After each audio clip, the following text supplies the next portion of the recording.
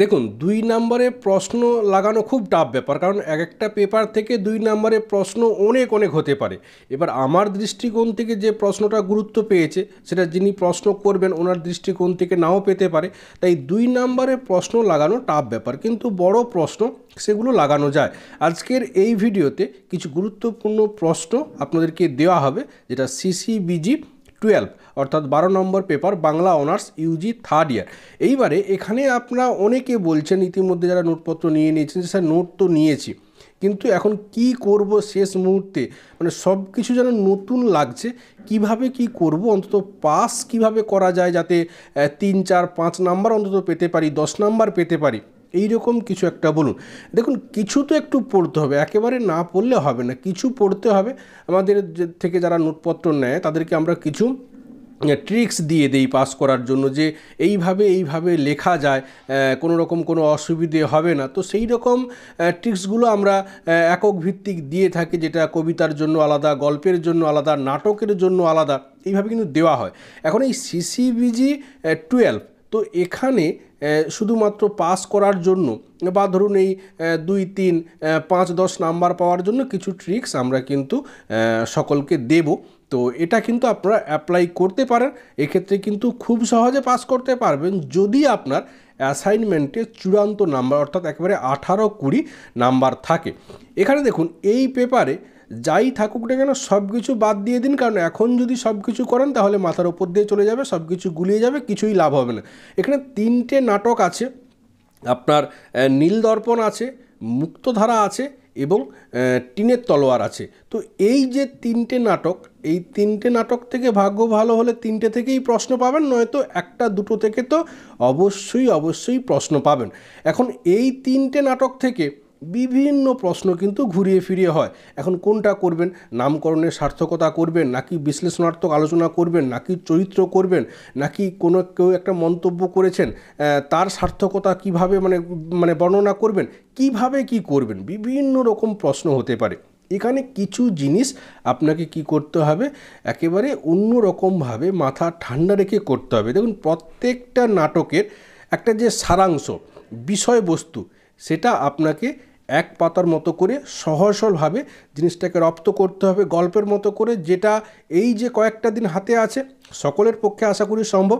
তাহলে একটা নাটকের সরলার্থ আপনারা কিন্তু, অর্থাৎ যে সংক্ষিপ্ত সার, সেই যে মূল যে গল্প, সেটা আপনাকে রপ্ত করতে হবে।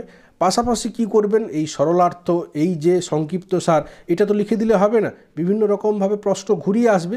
সেক্ষেত্রে এর সাথে আপনাকে অন্যান্য কিছু দিক যুক্ত করতে হবে। যেমন নাটকটি যিনি লিখেছেন ওনার জন্মবৃত্তান্ত, ওনার অন্য ক্ষেত্রে কৃতিত্ব, এই রকম করে কয়েকটা লাইন ওর সাথে অ্যাড হবে। পাশাপাশি ধরুন আপনার অ্যাড হবে ওই যে নাটক, ওই নাটকের বিশ্লেষণাত্মক আলোচনা। ধরুন ওই নাটকটা কোন পরিস্থিতিতে লেখা হয়েছে, তার যে প্রেক্ষাপট, অর্থাৎ সেই সময় সামাজিক রাজনৈতিক পরিস্থিতি কেমন ছিল, এই রকম করে কয়েকটা লাইন আপনাকে নিতে হবে। এবং এইটা লেখার জন্য সমাজে কীরকম কী পরিবর্তন বা এর গুরুত্ব কতখানি বাংলা সাহিত্যে বা সমাজে এর প্রভাব কীভাবে পড়লো, এইভাবেও কিন্তু আপনি কয়েকটা লাইন বানিয়ে লিখতে পারবেন। পাশাপাশি যে চরিত্র, এই চরিত্রগুলো সবসময় নিজেকে দিয়ে আপনি কিন্তু এইখানে মনে রাখার চেষ্টা করবেন যে আপনি ওই নাটকের মধ্যে আপনি প্রধান চরিত্র আপনি। এবার আপনার যে পরিবারে যারা থাকবেন তাদেরকে ওই নাটকের চরিত্রের সাথে ফেলার চেষ্টা করবেন এবং মনে রাখবেন। একটা চরিত্রের সাথে আরেকটা চরিত্রের যে সম্পর্ক, সেটা মনে রাখবেন এবং তার যে ব্যক্তিত্ব 1 লাইন 2 লাইন করে মনে রাখবেন। এইভাবে দেখবেন যে এই দিক থেকে 4 লাইন, ওই দিক থেকে 2 লাইন, ওই দিক থেকে 5 লাইন, এইভাবে কিন্তু আপনার 1-1.5 পৃষ্ঠা খুব ভালোভাবে কিন্তু আপনি যে কোনো প্রশ্নের উত্তর আপনি কিন্তু কভার করতে পারবেন। তার জন্য হিজিবিজি আপনাকে পড়তে হবে না, কারণ এই যে কয়েকটা দিন হাতে আছে, এখন যদি আপনারা সব কিছু কভার করার চেষ্টা করতে যান সেক্ষেত্রে কিন্তু গুলিয়ে যাবে, মাথার ওপর দিয়ে চলে যাবে। কারণ আপনাদের টার্গেট আপনারা কীভাবে মাথায় পাস করবেন। এবার যাদের টার্গেট একটু মোটামুটি একটা ভালো নাম্বার নিয়ে পাস করবেন, সেক্ষেত্রে আপনারা একটু এর পাশাপাশি আরও বিভিন্ন প্রশ্ন আপনারা করবেন, যেগুলো আজকের এই ভিডিওতে আপনাদেরকে দেওয়া হবে। এবার যারা একেবারে চূড়ান্ত পর্যায়ে আপনারা নাম্বার পেতে চান, সেক্ষেত্রে আপনাদের কি করতে হবে, যে 2 নাম্বারের প্রশ্নের জন্যও কিন্তু গুরুত্ব দিতে হবে। আজকের এই ভিডিওতে অনেক 2 নম্বরের প্রশ্ন আপনাদেরকে দেওয়া হবে। পাশাপাশি আপনারা বই থেকে নিশ্চয়ই এতদিন খুঁটিয়ে খুঁটিয়ে পড়াশোনা করেছেন, যেহেতু আপনাদের টার্গেট আলাদা, একটা চূড়ান্ত নাম্বার একটা আপনাদের পাওয়ার ইচ্ছে আছে, সেই কারণে প্রথম থেকে পড়াশোনার সাথে যুক্ত আছেন। তাই আপনারা কিন্তু অবশ্যই আপনাদের যে নিজস্ব যে স্ট্র্যাটেজি সেটা আপনাকে ফলো করতে হবে। পাশাপাশি আজকের এই ভিডিওতে যে প্রশ্নগুলো আপনাদেরকে দেওয়া হচ্ছে এগুলো অবশ্যই আপনারা ভালোভাবে কভার করে যাবেন, সেক্ষেত্রে অবশ্যই এখান থেকে কমন থাকবে। তাহলে আজকের এই ভিডিওতে এই সিসিবিজি 12 থেকে এই 2024 টার্ম পরীক্ষার জন্য যে প্রশ্নগুলো খুব গুরুত্বপূর্ণ সেই প্রশ্নগুলোই আমরা আমাদের প্রথম প্রশ্ন, নীলদর্পণ নাটকের প্রেক্ষাপট উল্লেখ করে উক্ত নাটকের সামাজিক ও ঐতিহাসিক গুরুত্ব আলোচনা করুন। এর পরের প্রশ্ন, নীলদর্পণ নাটকের প্রকৃত নায়ক কে? যুক্তিসহ আপনার মতামত ব্যক্ত করুন। আমাদের পরের প্রশ্ন, নীলদর্পণ নাটকের নারী চরিত্রগুলির ভূমিকা সম্পর্কে আপনার মতামত ব্যক্ত করুন।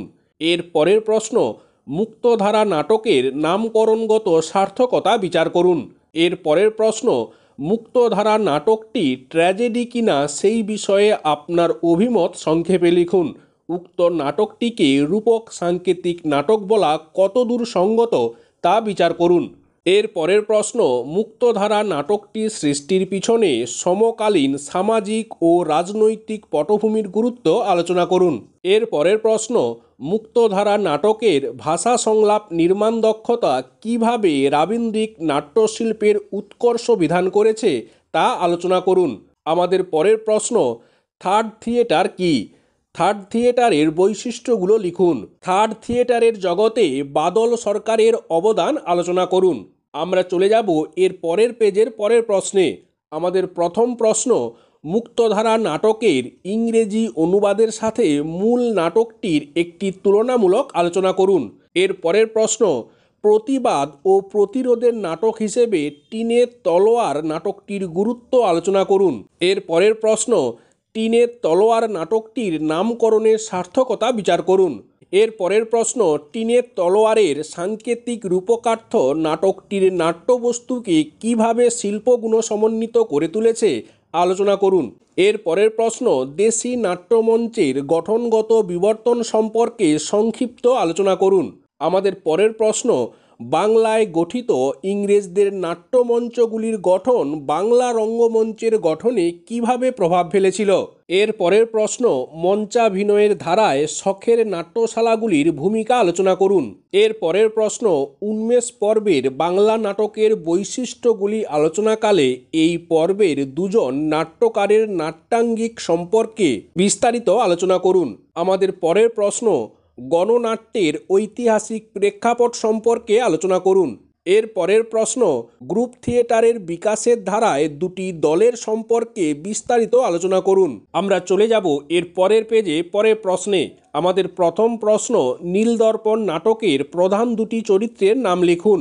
এর পরের প্রশ্ন, নীলদর্পণ নাটকের অপ্রধান দুটি চরিত্রের নাম লিখুন। আমাদের পরের প্রশ্ন, কোন কোন পত্রিকায় নীলকরদের অত্যাচারের কথা লেখা হতো? এর পরের প্রশ্ন, কোন কোন পত্রিকা নীলকরদের সপক্ষে লেখা প্রকাশ করত? আমাদের পরের প্রশ্ন, শ্যামচাঁদ ও রামকান্ত বলতে কিসের কথা বলা হয়েছে? এর পরের প্রশ্ন, মোকদ্দমা লড়ার জন্য নবীন মাধবের কত টাকার দরকার হয়েছিল?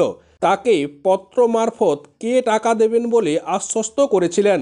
এর পরের প্রশ্ন, রবীন্দ্রনাথ ঠাকুরের দুটি করে রূপক সাংকেতিক নাটক, সামাজিক নাটক এবং কৌতুক নাটকের নাম লিখুন। এর পরের প্রশ্ন, কোন সময়ে এবং কোন পত্রিকায় মুক্তধারা নাটকের অভিনয়ের আলোচনা প্রকাশিত হয়েছিল? নীলদর্পণ নাটকের ইংরেজি অনুবাদের প্রকাশ সাল কত? প্রকাশক কে ছিলেন? এর পরের প্রশ্ন, মুক্তধারা নাটকটি কখন প্রকাশিত হয়? নাটকটি কে প্রকাশ করেন? এর পরের প্রশ্ন, মুক্তধারা নাটকের রচনাকাল কত? নাটকটি কোথায় লেখা হয়? আমাদের পরের প্রশ্ন, ট্র্যাজেডির দুটি বৈশিষ্ট্য লিখুন। আমরা চলে যাব এর পরের পেজে। আমাদের পরের প্রশ্ন, মুক্তধারা নাটকে মোট গানের সংখ্যা কয়টি এবং প্রধান গানের সংখ্যা কয়টি? টিনের তলোয়ার নাটকে সবচেয়ে জটিল চরিত্রের নাম কি? তিনি আদর করে ময়নাকে কি বলে ডাকতেন? এর পরের প্রশ্ন, বাংলার প্রথম রঙ্গমঞ্চের নাম কি? এর প্রতিষ্ঠাতা কে ছিলেন? বাঙালির প্রতিষ্ঠিত প্রথম রঙ্গমঞ্চ কোনটি? তিনি কত সালে এটি গড়ে তুলেছিলেন? এর পরের প্রশ্ন, উমেশচন্দ্র মিত্রের বিধবা বিবাহ নাটকটি কোন থিয়েটারে অভিনীত হয়েছিল? থিয়েটারটি কত সালে গড়ে উঠেছিল?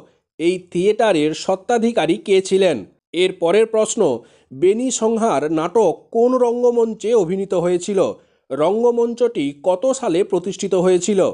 আমাদের পরের প্রশ্ন, টিকা লিখুন অঙ্কিয়া নাট। এর পরের প্রশ্ন, ওরিয়েন্টাল থিয়েটারে অভিনীত হয়েছিল শেক্সপিয়ারের এমন দুটি নাটকের নাম লিখুন। এর পরের প্রশ্ন, ভদ্রার্জুন নাটকটি কার রচনা? নাটকটির প্রকাশ সাল লিখুন। আমাদের পরের প্রশ্ন, মীর মোশাররফ হোসেনের দুটি উল্লেখযোগ্য নাটকের নাম লিখুন। এর পরের প্রশ্ন, ক্ষীরোদ প্রসাদ বিদ্যাবিনোদের দুটি উল্লেখযোগ্য নাটকের নাম লিখুন। আমাদের পরের এবং শেষ প্রশ্ন, বাংলার প্রথম মৌলিক নাটকটির নাম কি? এটি কার লেখা? সুপ্রিয় ছাত্রছাত্রী, এই ছিল আজকের ভিডিও। আগামীতে যদি সময় করতে পারা যায় সেক্ষেত্রে অবশ্যই অন্যান্য পেপারের লাস্ট মিনিট সুপার সাজেশন দেওয়া হবে। আজকে এখানেই শেষ করছি। আপনারা প্রত্যেকে ভালো থাকুন, সুস্থ থাকুন। আপনাদের প্রত্যেকের সুস্থতা কামনা করি। ধন্যবাদ।